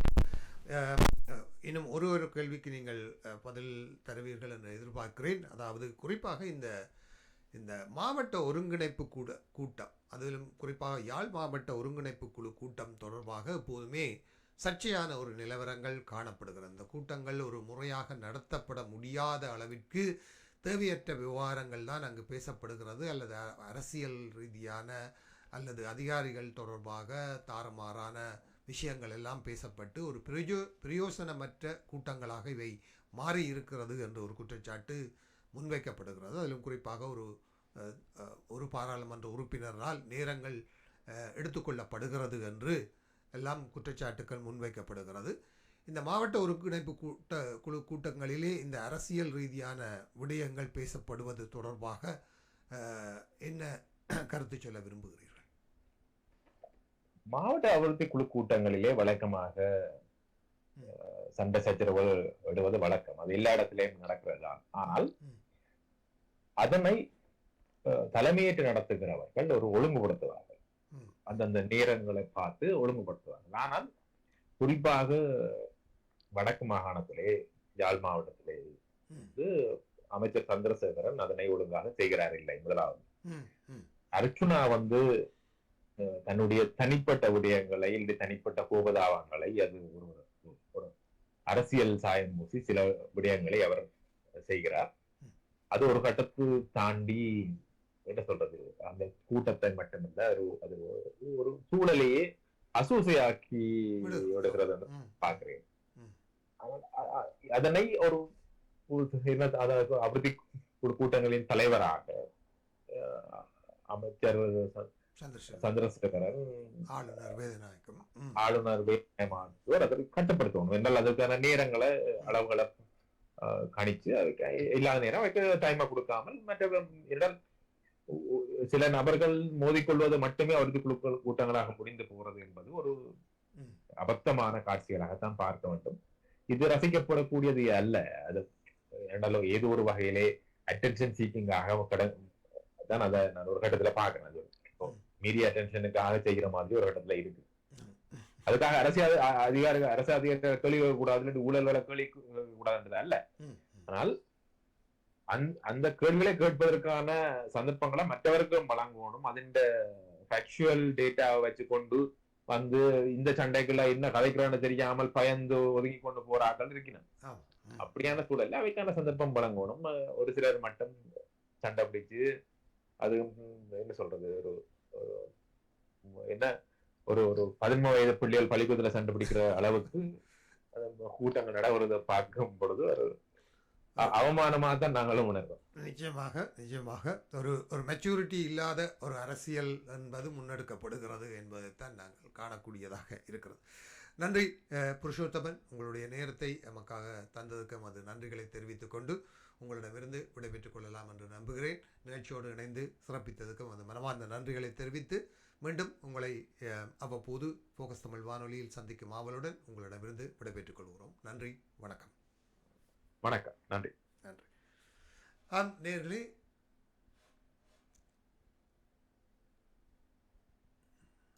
இதுவரை ஃபோக்கஸ் தமிழ் வானொலியில் சதுரங்கம் நிகழ்ச்சியில் பிரபல அரசியல் பத்தி எழுத்தாளரும் ஆய்வாளருமான புருஷோத்தமன் தங்கமயில் அவர்கள் கலந்து சிறப்பித்த சதுரங்கம் இடம்பெற கேட்டீர்கள்.